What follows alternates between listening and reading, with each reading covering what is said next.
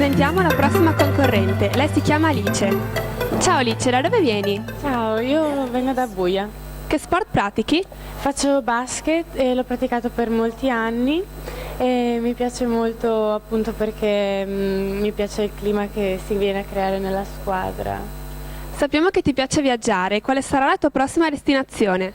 Spero Madagascar, però penso che arriverà fra un bel paio d'anni. Allora come ti vedi fra 10 anni? Fra 10 anni sinceramente non lo so perché vivo molto il momento, infatti la mia filosofia è Carpe Diem. Vuoi farci un saluto? Ciao e grazie per questa esperienza. Grazie.